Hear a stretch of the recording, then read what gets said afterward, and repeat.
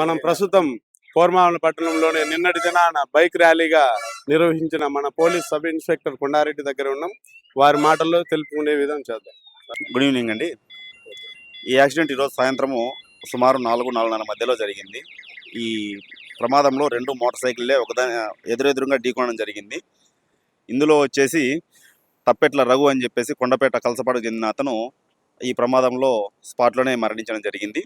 తర్వాత ఈ మోటార్ సైకిల్లో వస్తున్న ఇద్దరు వ్యక్తులు మాడెం ప్రదీప్ రెడ్డి, మాడెం అభిలాష్ రెడ్డి, వీళ్ళకి వచ్చేసి చిన్న చిన్న గాయాలతో వాళ్ళు ప్రస్తుతం వచ్చేసి గవర్నమెంట్ హాస్పిటల్లో చికిత్స పొందుతున్నారు. ఈ ప్రమాదానికి కారణము అతివేగము, నిర్లక్ష్యంగా బండి దోలడము, హెల్మెట్ లేకుండా పోవడము, దీనివల్లనే జరిగింది. ఇప్పటికే ప్రభుత్వం వారు కానీ, రవాణా శాఖ వారు, తర్వాత పోలీసులు ఎన్నో అవేర్నెస్ కార్యక్రమాలు చేపడుతున్నారు. నిన్నటి దినం కూడా హెల్మెట్ సందర్భంగా ర్యాలీలు కూడా నిర్వహించాం పూర్వమిల్ల పరిధిలోనూ.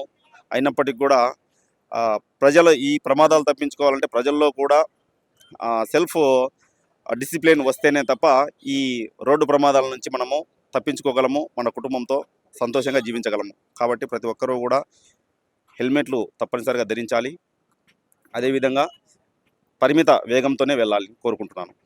ఈ ఎన్ఫోర్స్మెంట్లో భాగంగా పోలీసు వాళ్ళము ప్రతిరోజు కూడా హెల్మెట్ మీద, తర్వాత ర్యాష్ డ్రైవింగ్ మీద మా ఎస్పీ సార్ ఆదేశాల మేరకు వెహికల్ చెకింగ్ చేస్తూనే ఉన్నాము. అయితే మేము వెహికల్ చెకింగ్ చేసే సమయంలో రికార్డు లేని వాళ్ళు, హెల్మెట్ లేని వాళ్ళు మా పోలీసులను చూసి ఎక్కడో దూరంగా వాహనాలు ఆపుకోవడం కానీ, లేదంటే సందుల్లోనూ లేకుంటే తప్పించుకోవడానికి ప్రయత్నం చేస్తున్నారే కానీ ఏ ఒక్కరికి కూడా రికార్డులన్నీ కరెక్ట్గా పెట్టుకుందామని, తర్వాత హెల్మెట్ ధరిద్దామని ఆలోచనే ఉండడం లేదు. ఒక పక్క పోలీసు వారు హెల్మెట్ ధరించాలి, ప్రాణాలను కాపాడాలని చెప్తున్నా యువత అతి వేగంతోనే ప్రాణాల మీదకి తెచ్చుకున్నారు.